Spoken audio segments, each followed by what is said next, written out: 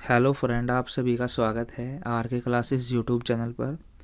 आज की इस वीडियो में हम दृष्टि बाधित बालक विजुअली इम्पेयर्ड चिल्ड्रन के बारे में पढ़ेंगे। देखिए, बीएड सेकेंड ईयर के अंदर इंक्लूसिव एजुकेशन नाम का एक सब्जेक्ट होता है। उसके अंदर हम लोगों को जो स्पेशल चिल्ड्रन होते हैं उनके बारे में पढ़ना होता है।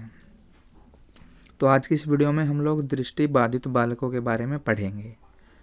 यदि ये वीडियो आप पहली बार देख रहे हैं तो हमारे चैनल को सब्सक्राइब कर लीजिए। इससे आपको हमारे आने वाले वीडियोज़ की नोटिफिकेशन मिलती रहेगी। आपको हमारे चैनल पर डीएड और बीएड से रिलेटेड काफ़ी सारी वीडियोज़ मिल जाएंगी। आप लोग उन वीडियोज़ को भी वॉच कर सकते हैं। तो सबसे पहले हम लोग दृष्टि बाधित बालकों के बारे में एक ओवरव्यू ले लेते हैं। उसके बाद हम लोग ये मैटर पढ़ेंगे। देखिए, जो हमारी आँखें होती हैं वो महत्वपूर्ण इंद्रिय मानी जाती है, क्योंकि इसी के द्वारा हम लोग पूरी दुनिया को देखते हैं। सारी जो चीज़ें हैं वो हम लोग आँखों के द्वारा ही देखते हैं और ज्ञान प्राप्त करने का महत्वपूर्ण साधन आँखें मानी जाती है। तो देखिए, दो तरीके के बच्चे हो सकते हैं। या तो हो सकते हैं पूर्णतः अंधे, बिल्कुल अंधे जिसको कुछ भी नहीं दिखाई देगा। एक तो हो सकते हैं अंधे। ये ऐसे बच्चे हैं जिनको कुछ भी दिखाई नहीं देता है।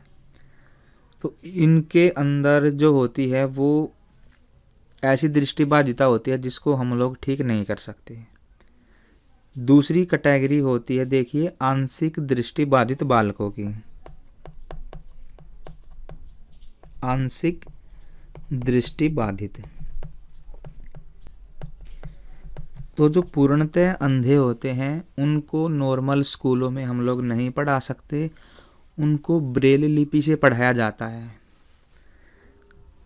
तो आंशिक बाधित बालक कौन से होते हैं ये मैं आपको एक बार बता देता हूँ। मान लीजिए, देखिए, ये एक कोई व्यक्ति है और यहाँ पर ये कोई पेड़ है और इस व्यक्ति से इस पेड़ की डिस्टेंस मान लीजिए ये है 200 फीट। अब देखिए, यदि कोई व्यक्ति किसी वस्तु को 200 फीट की दूरी तक क्लियर देख लेता है तो उसको देखने में कोई भी प्रॉब्लम नहीं है। उसकी जो दृष्टि है वो बिल्कुल सही है। अब मान लीजिए एक व्यक्ति यहाँ पर खड़ा है और इस व्यक्ति से, एक मिनट रुकिए, इसका कलर अलग ले लेते हैं। अब देखिए, एक व्यक्ति यहाँ पर खड़ा है और इस व्यक्ति के और इस पेड़ के बीच की जो डिस्टेंस है वो 20 फीट की है।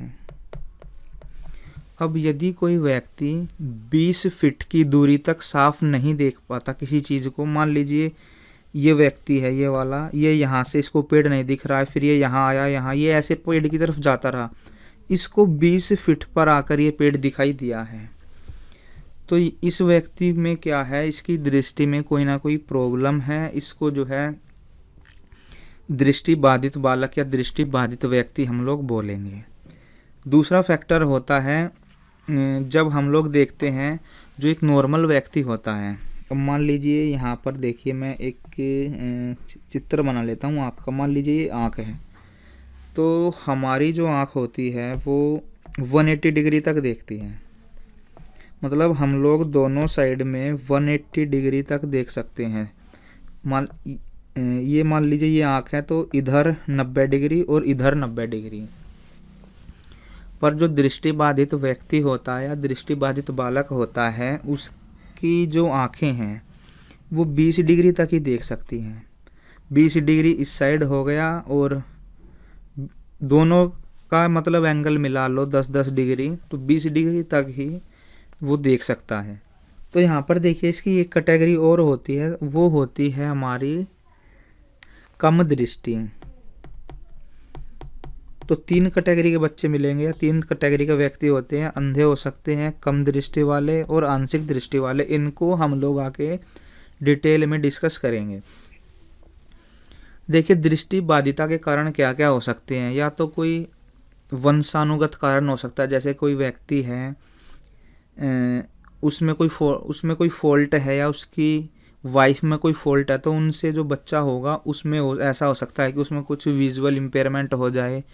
या ऐसा हो सकता है कि कोई बच्चे के अंदर कोई बीमारी हो जाए उससे हो सकता है, या कम रोशनी में कोई बच्चा पढ़ रहा है वहाँ पर उसकी आंखें कमज़ोर हो सकती हैं, या देखिए शुगर, कैंसर, थायराइड जैसी जो बीमारियाँ होती हैं इनसे हो सकता है, या बच्चे के जन्म से पहले उसकी माँ ने देखिए जैसे क्या नाम होता है, कोई नशा कर लेता है, शराब पी लिया, क्या नाम है, धूम्रपान करता हो, उसका भी बच्चे के ऊपर इफ़ेक्ट पड़ता है। और इसके और रीज़न हो सकते हैं, जैसे एंटीसेप्टिक दवाइयाँ खा लेती है माँ बच्चे के पैदा होने से पहले, वहाँ पर जो है इसका रीज़न हो सकता है। इसके अलावा किसी बच्चे के साथ कोई दुर्घटना हो सकती है, मान लीजिए किसी का एक्सीडेंट हो जाता है, या आँखों में इन्फेक्शन हो जाता है, उसका सही से इलाज नहीं हो पाता, तो काफ़ी सारे कारण हो सकते हैं जिनसे कोई बच्चा या व्यक्ति दृष्टिबाधित हो सकता है। अब देखिए एक टीचर है, उसको कैसे पता चलेगा कि इस बच्चे के अंदर दृष्टिबाधिता है। तो उसके काफ़ी सारे सिम्टम होते हैं, जैसे बच्चे की आंखें लाल मिलेंगी, वो बार बार अपनी आंखों को खुजाएगा, उसकी आंखों से पानी आ सकता है, या उसको चीज़ों में देखने में प्रॉब्लम होगी। कई बार जैसे कोई सामने पड़ी चीज़ उसको नहीं दिखाई देगी, गिर जाएगा वो, डरता डरता चलेगा, या क्लास में आपने बोर्ड पर कुछ लिख दिया है तो उसको बच्चा पढ़ नहीं सकता। तो ये उस बच्चे के सिम्टम हो सकते हैं। अब देखिए ऐसे बच्चों को क्या क्या प्रॉब्लम आएगी। तो ऐसे बच्चों को पढ़ने में प्रॉब्लम आएगी, उनको देखिए समाज में या स्कूल में एडजस्टमेंट में प्रॉब्लम होगी, उनकी जो पर्सनैलिटी है वो और बच्चों से अलग होगी, उनको बोलने में भी प्रॉब्लम रहेगी। तो ये उनकी कुछ समस्याएं हैं। अब देखिए उनके एजुकेशन की हम लोग बात करते हैं तो हमारे पास दो ऑप्शन हैं, या तो हम लोग उन बच्चों को स्पेशल स्कूल में पढ़ा सकते हैं, या हम लोग नॉर्मल स्कूल में उनके एजुकेशन करा सकते हैं। देखिए जो बच्चे पूर्ण रूप से अंधे होते हैं, जो बिल्कुल अंधे होते हैं, उनको स्पेशल इंस्टीट्यूट की ज़रूरत होती है, उनके लिए स्पेशल स्कूल होते हैं, उन्हीं में जो है स्पेशल टीचर होते हैं, उन्हीं के द्वारा जो है उनकी शिक्षा कराई जाती है। जो बच्चे कम दृष्टि वाले हैं या आंशिक दृष्टि बाधित हैं, उनको नॉर्मल स्कूलों में पढ़ाया जा सकता है। जो आम स्कूल हैं उनमें उन बच्चों को पढ़ाया जा सकता है। तो अब हम लोग इन सारी चीज़ों को डिटेल के अंदर पढ़ते हैं। दृष्टि मनुष्य द्वारा प्रयोग की जाने वाली सबसे महत्वपूर्ण इंद्रिय है। दृष्टि द्वारा हमें किसी वस्तु के बारे में सही जानकारी प्राप्त होती है, अर्थात हम किसी वस्तु को देखकर उसे अच्छी प्रकार समझ सकते हैं।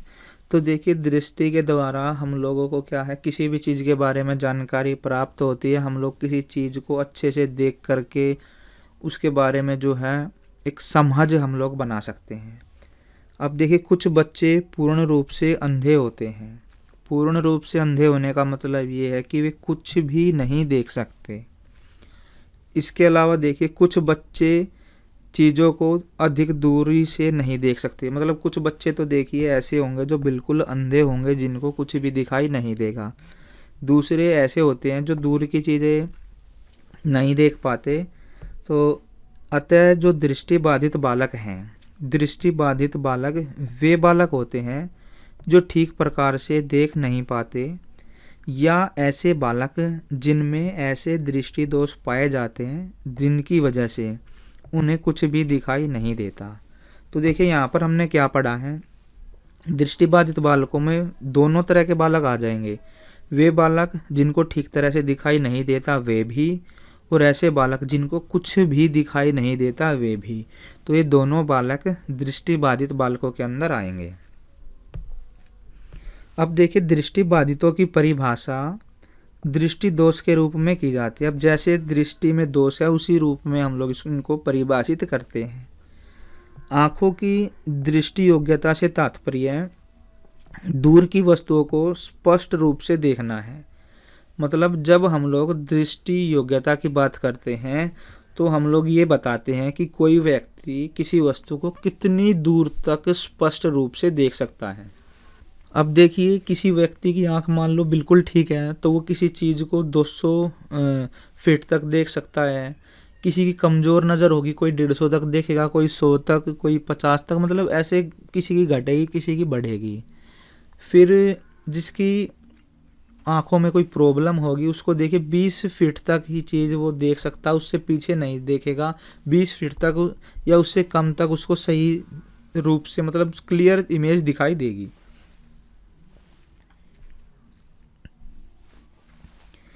इसके बाद देखिए इसका जो परीक्षण है वो स्नेलन चार्ट के द्वारा किया जाता है। अब ये जो चार्ट है ये फ्रांसीसी डॉक्टर हैं हर्बर्ट स्नेलन, इनके द्वारा बनाया गया था। देखिए आपने कभी मान लीजिए आप लोग आइज़ के डॉक्टर के पास गए होंगे तो वहाँ पर एक चार्ट होता है जिसके ऊपर अल्फ़ाबेट लिखे रहते हैं। तो डॉक्टर जब किसी की आँखों का चेकअप करता है तो वहाँ पर वो अल्फ़ाबेट, वहाँ पर जो लेटर लिखे हुए होते हैं उनको डॉक्टर पढ़वाता है। उसी से फिर मतलब जो आइज़ हैं उसको चेक किया जाता है कि भाई इसको किस तरह का चश्मा लगेगा और इसमें किस तरह की इसको प्रॉब्लम है। तो देखिए यहाँ पर मैं आपको एक बार साइड में यहाँ पर छोटा सा हम लोग एक बार इसका चार्ट बना लेते हैं। इस तरह से होता है वो। तो जो इसने स्नेलन ने बनाया था उसमें देखिए उस सबसे ऊपर जो बड़ा अक्षर था वो था ई, उसके नीचे बाकी के अक्षर थे। जो ई था ये काफ़ी बड़ा था, तो उसने ये बनाया था कि भाई जो इस ई लेटर को 20 फीट से कम तक जिसको क्लियर दिखाई देगा, 20 फीट तक उसको आंखों में प्रॉब्लम है, और जो व्यक्ति नॉर्मल है उसको 200 फीट की दूरी तक भी क्लियर दिखाई देगा। हम बात कर रहे हैं इस बड़े वाले लेटर की। इसके अलावा जो छोटे लेटर हैं इनकी डिस्टेंस जो है वो अलग अलग है, कोई किसी की कुछ है किसी की कुछ है। अब देखिए इस चार्ट का आरंभ बड़े ई अक्षर से होता है। इससे यहाँ पर इसे आएगा। देखिए जो सामान्य दृष्टि वाला है वो 200 फीट की दूरी से स्पष्ट देख सकता है, परंतु यदि कोई व्यक्ति इस बड़े ई को देख पाने में असमर्थ है और वह इस ई को 20 फीट की दूरी से स्पष्ट देख सकता है, तब उसे वैधानिक रूप से दृष्टिबाधित कहते हैं। अब कोई व्यक्ति इसको 20 फीट या इससे कम पर देखेगा तो हम लोग कहेंगे कि ये व्यक्ति विजुअल इम्पेयर्ड है। दृष्टिबाधिता संबंधी दूसरा घटक है देखने का क्षेत्र। देखिए पहला तो हमने देखा है दृष्टि की योग्यता कि भाई कोई व्यक्ति कितनी दूर तक चीज़ों को देख लेता है, ये होती है दृष्टि योग्यता। दृष्टि योग्यता के अलावा देखिए दूसरा जो घटक है वो है क्षेत्र, मतलब एक व्यक्ति कितने एरिया तक देख सकता है। मान लो एक व्यक्ति खड़ा है और वो अपने चारों तरफ कितने एरिया तक वो क्लियर चीज़ों को देख लेता है। दूसरा जो घटक है दृष्टिबाधिता का ये है। देखिए देखने के क्षेत्र से तात्पर्य है एक व्यक्ति एक नज़र में एक समय में कितना एरिया या कितना क्षेत्र देख सकता है। यदि एक व्यक्ति 20 फीट की दूरी तक एक समय में देख सकता है तो उसको भी हम लोग दृष्टिबाधित कहेंगे, क्योंकि वह दृष्टि क्षेत्र के सीमित भाग को देख पाता है। दृष्टि जांच संबंधी ये दो घटक कौन कौन से, दृष्टि योग्यता और दृष्टि क्षेत्र। योग्यता में देखिए डिस्टेंस देखते हैं हम लोग, कोई भाई 200 फीट तक देख रहा है तो ठीक है, 200 और 20 या इससे कम देख रहा है तो उसको विजुअल इम्पेयरमेंट है। दूसरा दृष्टि क्षेत्र, इसमें देखिए 20 फीट की दूरी तक ही चीज़ें साफ दिखाई दे रही हैं तो उसको कोई प्रॉब्लम है, और जो व्यक्ति 20 फीट से ज़्यादा दूर तक देख लेता है बिल्कुल स्पष्ट, वो बिल्कुल उस मतलब ठीक है, उसकी आंखों में कोई प्रॉब्लम नहीं है। तो ये देखिए हमें दृष्टिबाधितों की पहचान करने में सहायक होते हैं। तो दृष्टि योग्यता और दृष्टि क्षेत्र दोनों से हम लोग दृष्टिबाधितों की पहचान कर सकते हैं। आगे देखते हैं अमेरिका के मेडिकल संघ, इन्होंने 1934 में एक कानूनी परिभाषा दी है जिसको सभी देशों ने स्वीकार करा है। दृष्टिबाधितों की इन्होंने परिभाषा दी है। तो देखिए दो परिभाषा इन्होंने यहाँ पर दी है।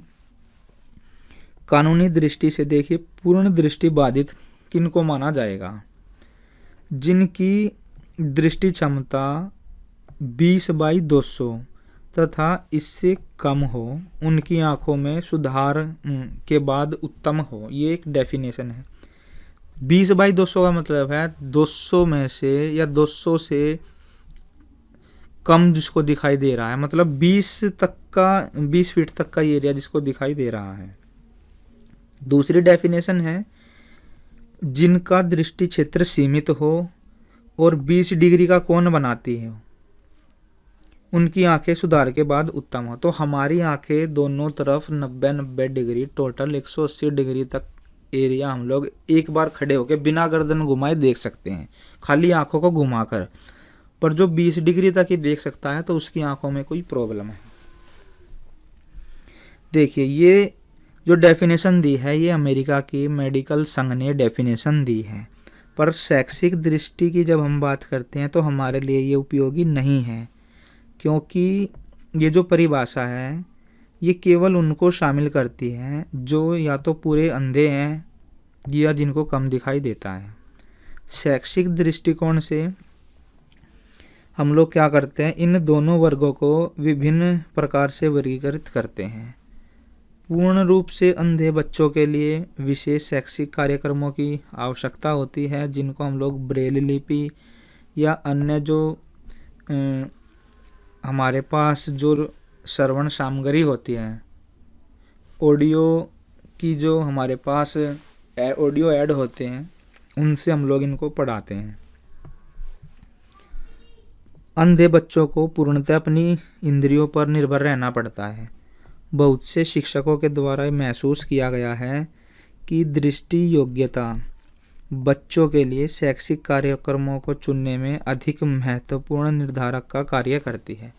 तो दृष्टि योग्यता में हमने क्या पढ़ा था कि भाई 20 फीट या इससे कम जिसको दिखाई देगा तो वो क्या है, वो दृष्टिबाधित बालक है। तो दृष्टि योग्यता से अभिप्राय कोई अपनी दृष्टि को कितनी अच्छी प्रकार से प्रयोग कर सकता है। इसका मतलब यह है कि हम दृष्टि सूचना को अपने दिमाग में किस तरह डालेंगे, किस प्रकार विश्लेषण करेंगे, व किस प्रकार वर्गीकृत करेंगे। दृष्टि योग्यता का मतलब क्या हो गया कि हम लोग देखिए किसी चीज़ को देख करके किस तरह से हम लोग उसके बारे में सोचेंगे, अपने दिमाग में उसके बारे में जानकारी को हम लोग सेव करेंगे, या उस चीज़ के बारे में हम लोग क्या एनालिसिस कर रहे हैं। दृष्टिबाधित बच्चों के लिए बहुत सारे शब्दों का हम लोग प्रयोग करते हैं। अंधे हैं, कम दृष्टि वाले हैं, आंशिक दृष्टि वाले। दृष्टिबाधित बच्चों के समूह को शिक्षा संबंधी विशेष प्रावधानों की आवश्यकता होती है। यह एक व्यापक धारणा है जिसमें कम दृष्टि से लेकर पूर्ण रूप से अंधे बच्चे शामिल होते हैं। अंधे बच्चों की दृष्टि न होने के कारण वे अपनी दूसरी ज्ञानेंद्रियों का उपयोग अधिक कर पाते हैं। ऐसे बच्चों के लिए ब्रेल लिपि का प्रयोग किया जाता है। कम दृष्टि वाले बच्चों को हम लोग मोटे छाप या जिसमें बड़े बड़े टेक्स्ट लिखे हुए हो, उन बुक से हम लोग आसानी से पढ़ा सकते हैं, क्योंकि वे बच्चे उस मैटर को आसानी से पढ़ सकते हैं। तो ये हो गए कम दृष्टि वाले के लिए। फिर देखिए, जो आंशिक रूप से दृष्टिबाधित बच्चे हैं, उनकी जो समस्याएं हैं वो कम दृष्टि वाले बच्चों से अलग होती हैं। कम दृष्टि व आंशिक दृष्टि बाधित दोनों देखिए समानार्थी, मतलब दोनों एक नहीं है। ये कम दृष्टि बाधित बच्चा अलग है और आंशिक दृष्टि बाधित बच्चा अलग है। निम्न दृष्टि का संबंध दृष्टि की स्पष्टता से है। जब हम लोग निम्न दृष्टि या कम दृष्टि की बात करते हैं तो हम लोग क्या करते हैं, दृष्टि की स्पष्टता कितनी है, जबकि आंशिक दृष्टि असमर्थता का संबंध दूरी से है। मतलब आंशिक का मतलब हो गया भाई कितनी दूर तक कोई व्यक्ति देख सकता है, और जो कम दृष्टि है यहाँ पर उसकी क्लियरिटी की बात करी गई है इसमें, जिसका पता स्नेलन चार्ट के द्वारा जो है लगता है। यह दूरी बहुत ही महत्वपूर्ण होती है। ऐसे लोगों के लिए शैक्षिक कार्यक्रम भिन्न हो सकते हैं। नेशनल सैंपल सर्वे 1991 के अनुसार स्कूल जाने वाले बच्चों में दृष्टिबाधित बालकों का 3% होता है। मतलब यदि हम लोग जितने बच्चे स्कूल जाते हैं उनमें ये देखें कि भाई दृष्टिबाधित बच्चे कितने हैं, तो टोटल जितने बच्चे जाते हैं उनका 3% बच्चे जो हैं वो विजुअली इम्पेयर्ड बच्चे जाते हैं। अमेरिका के अंदर देखिए ये प्रॉब्लम बहुत कम है। अमेरिका के अंदर 1% से भी कम है, 0.1% है। देखिए ये तो अमेरिका के अंदर 1000 बच्चों में से दृष्टिबाधित बालक एक बच्चा दृष्टिबाधित पाया जाता है। इसका मतलब देखिए इसका 10% 100 हो गया, 1% 10 है, इससे भी कम हो गया ये, तो इसका 0.1% है। अमेरिका के अंदर ये सबसे कम है। इसके बाद देखिए दृष्टिबाधित जो विजुअल इम्पेयरमेंट है उसके क्या क्या कोजेज होते हैं। बच्चों में दृष्टिबाधिता के लिए बहुत से तत्व उत्तरदायी होते हैं।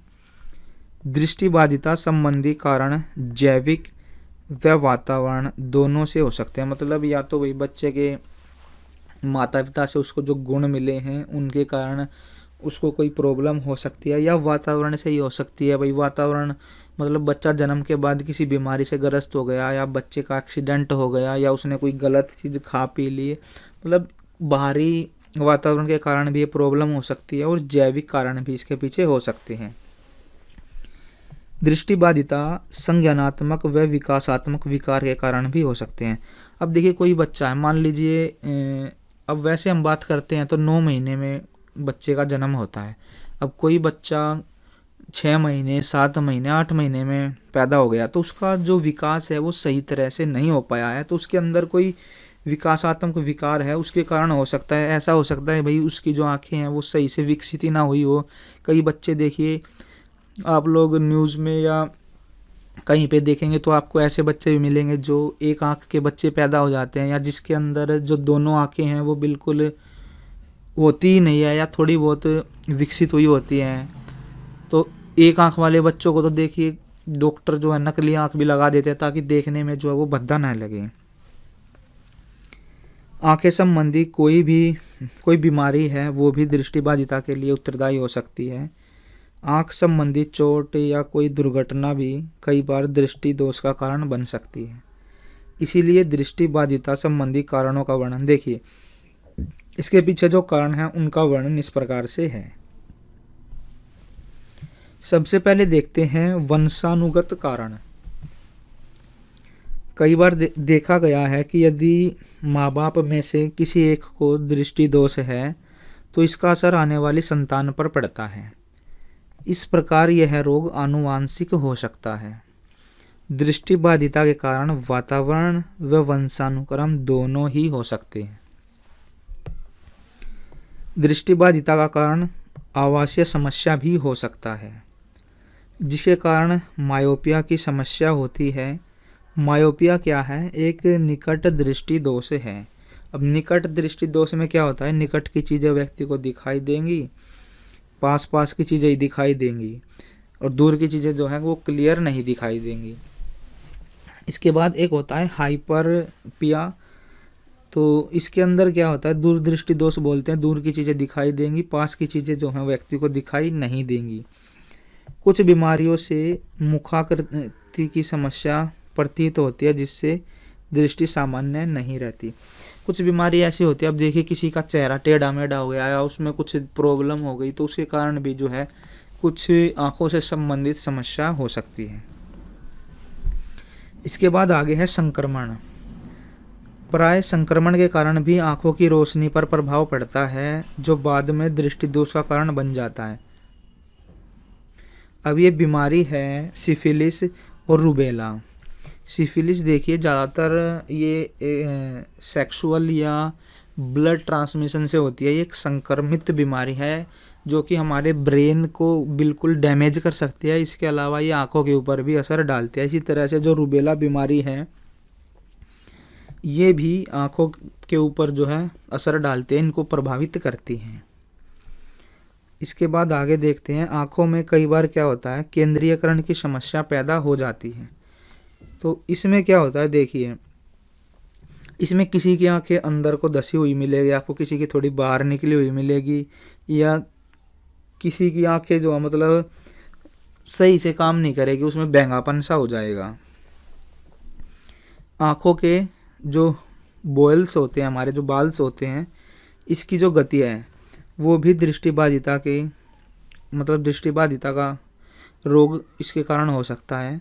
इसके अतिरिक्त अन्य बीमारियों के कारण भी आँखों का केंद्रीयकरण आंतरिक या बाह्य हो सकता है। जैसे यहाँ पर ये ईसोफोनिया नहीं है, ईसोफोरिया होता है। ये ईसोफोरिया और एक्सोफोरिया। ईसो में देखिए आंखें ना अंदर बिल्कुल अंदर धसी हुई मिलेगी आपको, तो देखने में बच्चे को प्रॉब्लम होगी, और जो एक्सो है उसमें बाहर निकली हुई मिलेगी। फिर ये हाइपरफोरिया होता है, ये एक तरह से बैंगापन होता है।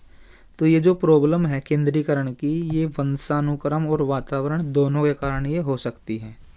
इसके बाद देखिए संज्ञानात्मक व विकासात्मक विकार भी दृष्टिबाधिता पैदा करते हैं। अब ये बीमारी है एनाफ्थेल्मिया है, माइक्रोफ्थेल्मिया है, इसके बाद है रेटिन ब्लेस्टोमा है, आदि प्रकार के विकार इसके अंदर आएंगे। देखिए जो एनाफ्थेल्मिया है, इसमें क्या होगा, इसमें बिल्कुल अंधा बच्चा पैदा होता है। ये मान लीजिए उसकी आंखें विकसित ही नहीं हुई होती, और जो माइक्रो है इसमें थोड़ा बहुत विकास हुआ मिलेगा आपको, आंख पूरी नहीं बनती बच्चे की और बच्चा पैदा हो जाता है। तो ये विकासात्मक विकार है।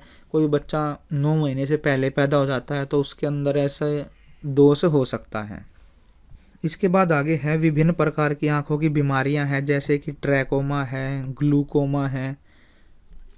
इनसे क्या होता है, आँखों में जो है मतलब ये आँखों का संक्रमण दृष्टिबाधितों के लिए, मतलब ये जो बीमारी है ट्रैकोमा है, ग्लूकोमा है। ये ट्रैकोमा जो है ये एक बैक्टीरियल बीमारी है। ग्लूकोमा जो है ये वायरस से होती है, शायद आप देख लेना। तो ये दोनों क्या है, एक संक्रमण बीमारी है और ये आँखों के ऊपर जो है असर डालती हैं। इसके अलावा देखिए कभी कभी आँखों की जो बीमारी है उसके अलावा कोई साधारण सी बीमारी है, मतलब बीमारी कोई और होती है, शरीर में कोई और फॉल्ट होता है, उसके कारण आँखों पर उसका असर पड़ता है। जैसे शुगर है, कैंसर, थायराइड, मलेरिया या गुर्दे संबंधी कोई बीमारी है। तो ये कुछ ऐसी बीमारियां हैं जो कि दृष्टि दोष हमारे अंदर पैदा कर देती हैं। इसके बाद देखिए समय से पहले प्रसव। कोई बच्चा समय से पहले पैदा हो जाता है या जब वो पेट के अंदर होता है तो एंटीसेप्टिक दवाइयाँ उसकी माँ प्रयोग कर लेती है, या भाई प्रसव के समय जो औजार प्रयोग करता है डॉक्टर, उससे भी आँखों में जो है संक्रमण पैदा हो जाता है, जिससे क्या है दृष्टिबाधिता हो सकती है। इसके बाद अगला कारण है जन्म से पहले जो माँ है वो कोई गलत दवाइयाँ खा लेती है, या एक संतुलित भोजन जो है नहीं खाती, या संतुलित भोजन करती है, या वातावरण सही नहीं मिलता माँ को, तो उसके कारण भी क्या है बच्चे के अंदर दृष्टि दोष हो जाता है। अब जन्म के बाद बच्चे को कोई बीमारी हो जाती है, जैसे चेचक हो गया, या बच्चा गलत दवा आँख के अंदर डाल देता है, या आँख के अंदर फोड़ा निकल जाता है, या जहर खा लेता है, उसके कारण क्या है दृष्टिबाधिता हो सकती है। फिर पढ़ने का तरीका गलत हो, या कम लाइट में बच्चा पढ़ता हो, ठीक है, तो ये भी क्या है आँखों के ऊपर असर डालता है, आँखों में दोष पैदा इसके कारण हो जाता है। आगे है कई बार चोट या दुर्घटना, इसके कारण भी जो है दृष्टि दोष हो जाते हैं। नेशनल सैंपल सर्वे 1991 ने सर्वे किया था कि दृष्टिबाधिता के अधिकतर कारणों में मुख्य कारण बड़ी उम्र या चोट आदि जो है रहे हैं। फिर है कई बार छोटा बच्चा घर में रखी दवाइयाँ या कोई जहरीली वस्तु खा लेता है जो कि दृष्टि दोष का कारण बन जाती है। अब पेंट हो गया, शीशा है, नीला तोता, ये सारी चीज़ें यदि कोई बच्चा खा लेता है तो इसका असर जो है उसकी आंखों पर पड़ता है। इसके बाद देखिए इन बच्चों की क्या करैक्टरिस्टिक्स या क्या विशेषताएं होती हैं। दृष्टि का मानव के लिए सबसे अधिक उपयोग है। हम दैनिक कार्यों के लिए पूर्ण रूप से आंखों पर निर्भर होते हैं, परंतु यदि बच्चों को दृष्टि दोष हो जाता है तो वह सीमित हो जाता है। समुदाय का दृष्टिकोण, लोगों की कला, संस्कृति, विश्वास इन पर निर्भर करता है। कल्याणकारी गतिविधियों के कारण तकनीकी विकास के कारण लोगों का दृष्टिकोण बदल रहा है, किंतु लोग अब भी यही सोचते हैं कि अंधे लोग कुछ नहीं कर सकते, ये अपने माता पिता पर श्राप है। मतलब समाज आज भी ये मानता है कि किसी को, मान लीजिए भगवान ना करे ऐसा बच्चा पैदा हो, हम तो ये चाहते हैं कि भाई सभी को स्वस्थ हेल्थी बेबी हो, तो किसी को मान लीजिए अंधा बच्चा पैदा हो जाता है, तो आज भी लोगों की ये मानसिकता है कि ये बच्चा तो कुछ कर ही नहीं पाएगा, ये तो अपने घर वालों के ऊपर बोझ रहेगा, पूरी उम्र माँ बाप जो है इसका ख्याल रखेंगे। ठीक है, तो ये तो एक तरह से श्राप है, मतलब ये लोगों की मानसिकता है। इस प्रकार दृष्टिबाधित बच्चों की विशेषताएं उनकी बाध्यता के आधार पर तथा समाज के दृष्टिकोण के आधार पर निम्न प्रकार से वर्णित है। दृष्टिबाधित बच्चों के अंदर कम उपलब्धि, अभिप्रेरणा, उनका व्यक्तित्व कम प्रभावशाली व उनमें आत्मसम्मान की भावना कम होती है, तो उनकी उपलब्धि भी कम होगी, उनके अंदर मोटिवेशन भी आपको कम मिलेगा, उनकी पर्सनैलिटी जो है वो कम इफ़ेक्टिव होती है, उनके अंदर जो सेल्फ रिस्पेक्ट की भावना होती है वो भी कम होती है। वे अपने आप को वातावरण के साथ समायोजित नहीं कर पाते, मतलब उनको एडजस्टमेंट में भी प्रॉब्लम आती है। दृष्टिबाधित बच्चों को उनके साथियों के द्वारा उचित प्रकार से स्वीकार नहीं किया जाता। दृष्टिबाधित बालकों का सीखने का ढंग जो होता है वो सामान्य बच्चों से अलग होता है, क्योंकि सामान्य बालक देख करके अनुकरण करके सीखते हैं, जबकि इनकी समस्त जानकारी या इनके जो ज्ञान का स्रोत होता है वो श्रवण इंद्रियों पर आधारित होता है। अब कोई बच्चा नॉर्मल है तो वो चीज़ों को देख, अब टीचर मान लो बोर्ड पे कुछ लिख रहा है, नॉर्मल बच्चा देख लेगा, उसको कॉपी करके इमिटेट करके सीख जाएगा। पर जिस बच्चे के अंदर विजुअल इम्पेयरमेंट है, तो या विजुअली इम्पेयर्ड कोई बच्चा है, तो वहाँ पर वो अपने कानों के जरिए जो है नॉलेज को ग्रहण करेगा। इसमें संप्रेषण क्षमता होती है, ये भाषा के माध्यम से ही अपनी बात माता पिता और साथियों से कह सकते हैं। ये भाषा सीखने के लिए अधिक उत्साहित रहते हैं। इनकी शाब्दिक अभिव्यक्ति आंतरिक नहीं होती, इनके अनुभव पूर्ण नहीं होते, उनका प्रत्यक्षीकरण सुनने व स्पर्श तक सीमित रहता है। इसके बाद देखिए, ये अमूर्त प्रत्ययों को समझने में कठिनाई महसूस करते हैं, क्योंकि अमूर्त प्रत्ययों को केवल देखकर ही समझा जा सकता है। जैसे दूरी है, दूरी का एहसास हमें देखने पर ही हो सकता है। तो बहुत सारी चीज़ें हैं या कुछ कंसेप्ट ऐसे होते हैं जो मूर्त रूप में होते हैं, जिनको बच्चे देखकर जल्दी सीख जाते हैं। अब जैसे हमें मान लो बच्चों को मेंस्ट्रुएशन पढ़ाना है, तो वहाँ पर हम लोग क्यूब, क्यूबॉइड, इनकी शेप दिखाकर बच्चों को पढ़ा सकते हैं। आगे है, दृष्टिबाधित बालक मानसिक योग्यता की दृष्टि से सामान्य बच्चों से कम नहीं होते।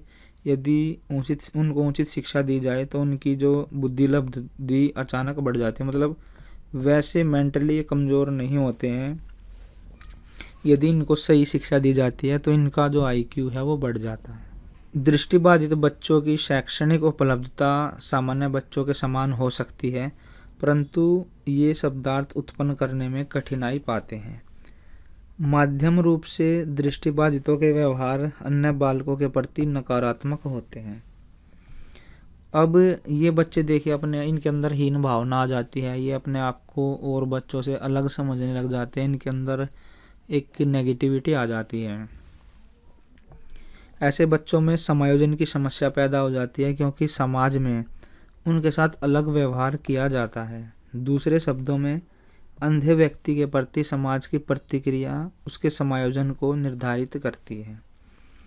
आगे है, ऐसे बच्चे स्थान व रंगों आदि को समझने में कठिनाई का अनुभव करते हैं। वे स्थान का अनुभव किसी स्थान पर पहुंचने में लगने वाले समय के आधार पर करते हैं। आवाज़ों से वे दिशा और दूरी का अनुभव प्राप्त करते हैं। तो ये देखिए, जो दृष्टिबाधित बच्चे हैं उनकी कुछ विशेषताएं हैं। इसके बाद हम लोग देखते हैं कि इनकी पहचान हम लोग कैसे करेंगे।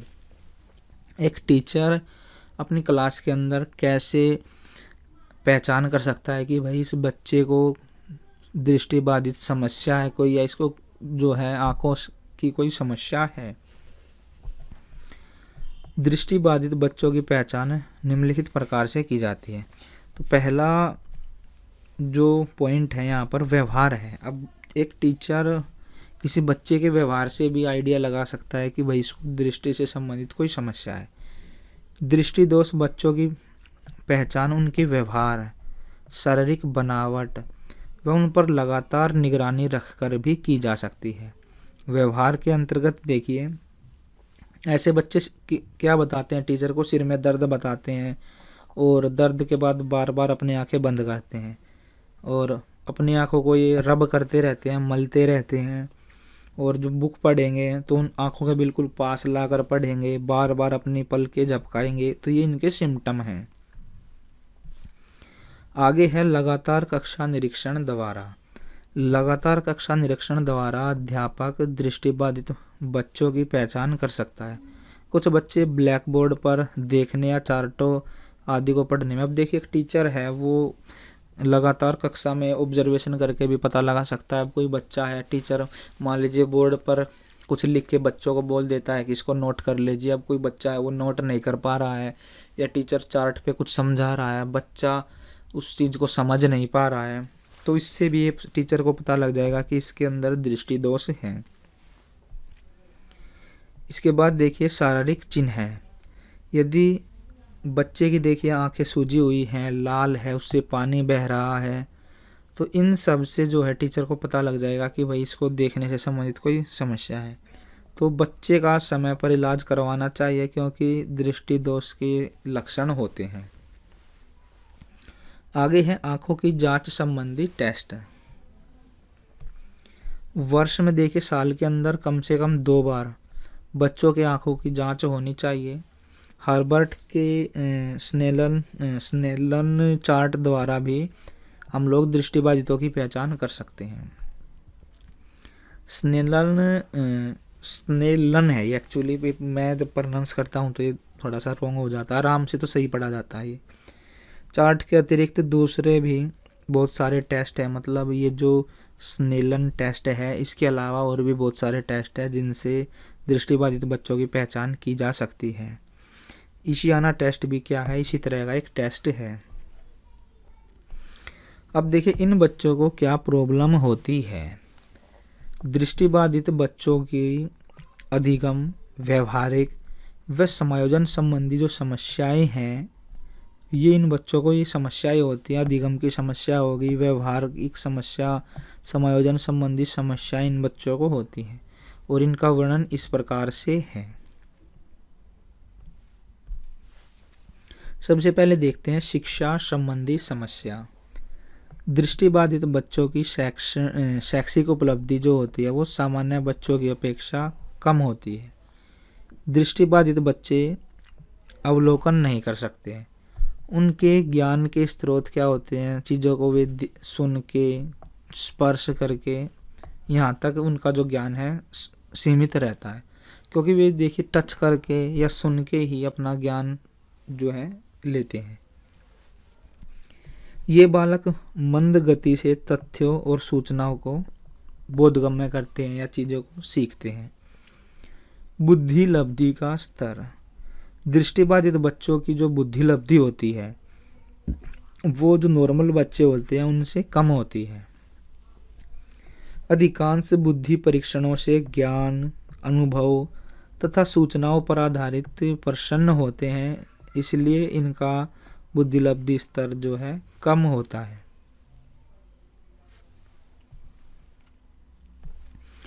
आगे है समायोजन संबंधी समस्या। तो ऐसे बच्चों को एडजस्टमेंट में भी प्रॉब्लम आती है। दृष्टिबाधित बच्चों को समाज में हीन दृष्टि से देखा जाता है। इन्हें बहुत सी व्यक्तिगत व सामाजिक समस्याओं का सामना करना पड़ता है, इसीलिए इन्हें समाज में समायोजन करने में कठिनाई होती है। इसके बाद आगे है निम्न वाणी विकास। पूर्ण रूप से दृष्टिबाधित बालक वाणी की कला और कौशल का अनुकरण नहीं कर सकते। ये बच्चे शब्दों के उच्चारण व उपयोग में कठिनाई अनुभव करते हैं। इसके बाद देखिए व्यक्तित्व, पर्सनैलिटी। दृष्टिबाधित बच्चों का व्यक्तित्व सामान्य बच्चों के व्यक्तित्व से अलग होता है। इन बच्चों में असुरक्षा, विक्षिप्तता अधिक रहती है, जो व्यक्तित्व के विकास को प्रभावित करती है। व्यक्तित्व के विकास में वंशानुक्रम व वातावरण दोनों का विशेष महत्व होता है। दृष्टिबाधित बालकों को इन बालकों का समुचित वातावरण और जीवन के अनुभव से उनका वातावरण व्यक्तित्व का विकास देखिए अपने ही प्रकार से होता है। मतलब इस तरह के बच्चों को जो माहौल मिलता है या इनको जो जीवन में अनुभव मिलते हैं, तो उसी वो क्या करता है, इनकी पर्सनैलिटी के ऊपर इफ़ेक्ट डालता है। क्योंकि समाज में भी जो है इनको हीन भावना से देखा जाता है। इनको ये माना जाता है कि ये तो समाज के ऊपर कलंक है, ये तो कुछ कर ही नहीं पाएंगे, तो अपने माँ बाप के ऊपर भी श्राप हैं। आगे देखते हैं, देखने में असुविधा होने के कारण इनको देखिए, इन बच्चों को चलने फिरने, उठने बैठने, अपनी जो डेली रूटीन की चीज़ें हैं या डेली के जो हमारे काम हैं उनको करने में, स्कूल आने जाने में और एक्टिविटीज़ में भाग लेने में इन बच्चों को क्या होती है, असुविधा होती है।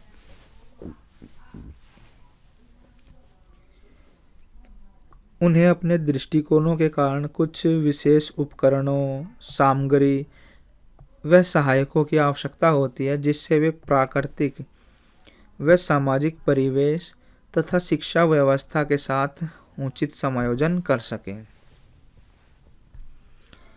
इसके बाद देखिए हम लोग इनके शैक्षिक प्रावधान, एजुकेशनल प्रोविजंस के बारे में बात करते हैं। दृष्टिबाधित बच्चों की अपनी आवश्यकताएं व समस्याएं होती हैं, इसीलिए इनकी शिक्षा, देखभाल व समायोजन की विशेष आवश्यकता होती है। दृष्टिबाधित बच्चों की शिक्षा के लिए सामान्य बच्चों से अलग कार्यक्रम बनाए जाते हैं। हमारे देश में दृष्टिबाधितों की शिक्षा संबंधी सुविधाओं को निम्न भागों में बांटा गया है। तो देखिए हमारे देश में क्या फंडा है, जो बच्चा बिल्कुल अंधा है उसके लिए तो होते हैं स्पेशल स्कूल, और जिसको आंशिक दृष्टि दोष है उनके लिए क्या है, वे बच्चे नॉर्मल स्कूलों में ही पढ़ाए जाते हैं। पहला है विशेष आवासीय संस्थान, स्पेशल रेजिडेंशियल इंस्टीट्यूशन।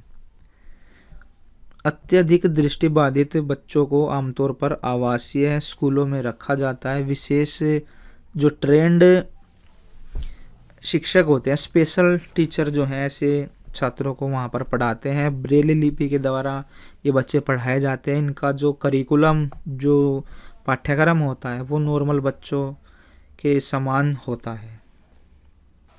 मतलब जो लेवल उनका है ना, वही लेवल इनका। यहाँ पर लेवल की बात कर रहे हैं हम लोग, ना कि सेम पाठ्यक्रम की। इस प्रकार के संस्थानों में बच्चों की शिक्षा, रुचि, संगीत, सामाजिक क्रियाओं और खेल आदि संबंधी क्रियाओं को समर्थन व सहयोग प्रदान किया जाता है। इसके बाद देखिए एकीकृत विद्यालय ढांचा, इंटीग्रेटेड स्कूल सेटिंग। इस प्रकार के विद्यालयों में आंशिक रूप से दृष्टिबाधित बच्चों को शिक्षित किया जाता है। एकीकरण के आधार पर दृष्टिबाधितों व सामान्य बच्चों के लिए एक जैसी शिक्षा व्यवस्था होती है।